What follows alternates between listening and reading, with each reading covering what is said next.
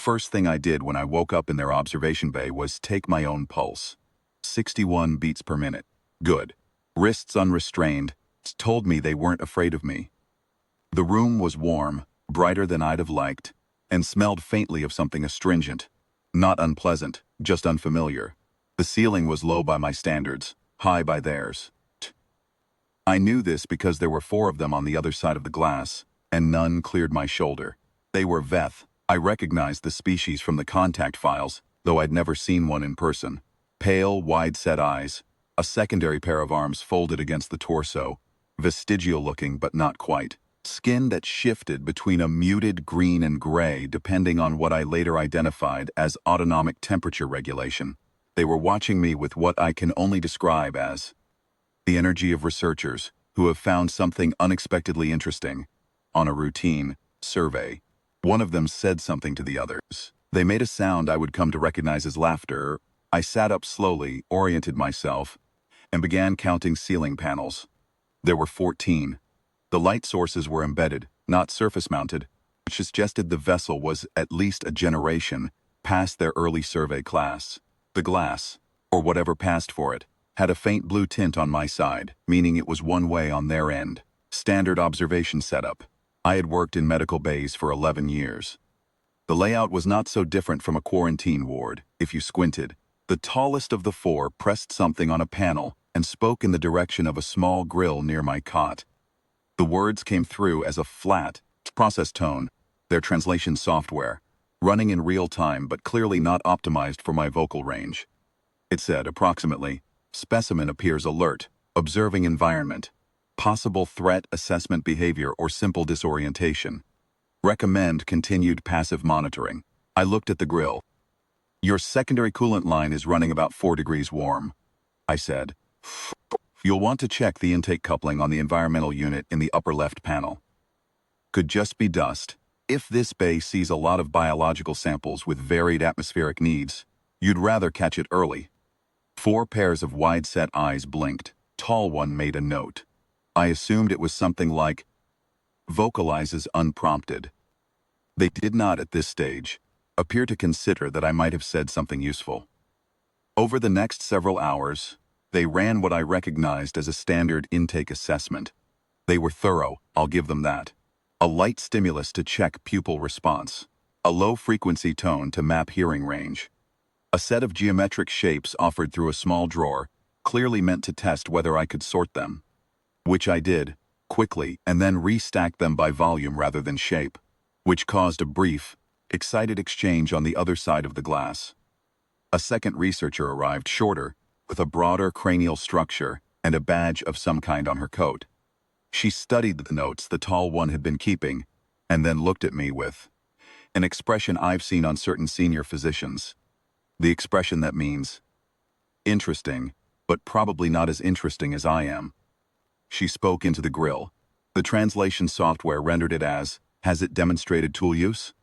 I was at that moment pressing 2 of the geometric shapes together to test whether the material was magnetized. It was, slightly. Borderline, said the tall one, set the shapes down and looked at the senior researcher directly. She tilted her head. I tilted mine back, at precisely the same angle. She made the note herself this time. Around hour 3 I asked, through the grill slowly and clearly, for something to write with. I memed it. They conferred. The consensus, I gathered, was that a writing instrument was a low-risk comfort object, and that allowing it might produce observable behavior. They passed a stylus through the drawer. It was theirs, calibrated for their grip, which was narrower than mine, but workable. I thanked them. They made the laughter sound again. I began writing. The Veth I had by then established were bilaterally symmetric, with a skeletal structure, suggesting evolutionary origins in a high-gravity environment. The joints were reinforced in ways that didn't match their current apparent mass, which meant either they'd left that environment recently, in evolutionary terms. The secondary limbs had once been load-bearing. I favored the latter. The secondary limbs showed disuse atrophy in the musculature, but retained the skeletal anchoring, which you don't keep unless you needed it for something important not so long ago. Their respiratory rate was slower than mine, and they breathed in longer cycles. About 8 seconds on the inhale. If I was reading the chest movement correctly, I was. I've been reading respiratory rates since my second year of training. The tall one, I'd provisionally named him lead researcher, abbreviated LR in my notes, had a slight asymmetry in his left secondary elbow joint.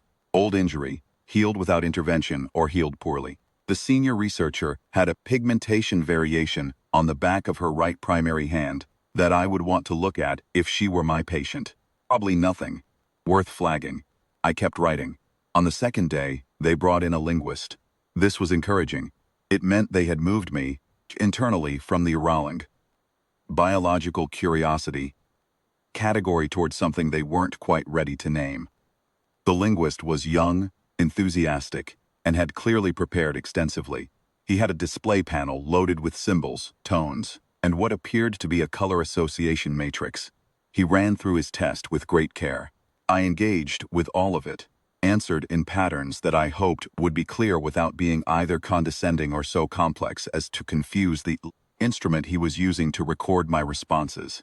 At the end of the session, he looked at his results, then at me, then at his results again.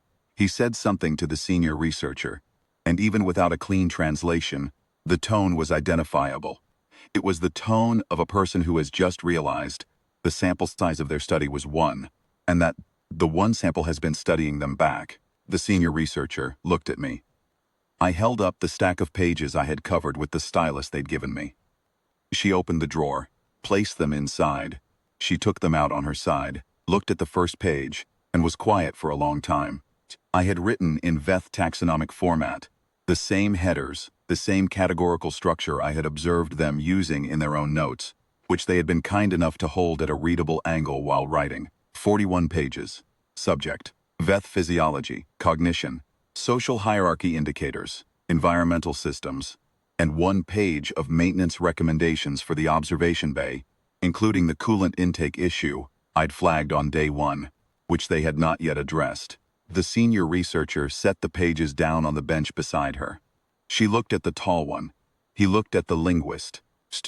The linguist looked at his display panel as though it had personally let him down. Then, the senior researcher looked at me through the glass and said something the translation software rendered, after a pause, as, "Been doing this since you arrived." "It's the job," I said. "I'm a medic. We observe." She was quiet for another moment. Then she picked up her own stylus, turned to a fresh page, wrote something down. I like to think it was the coolant line.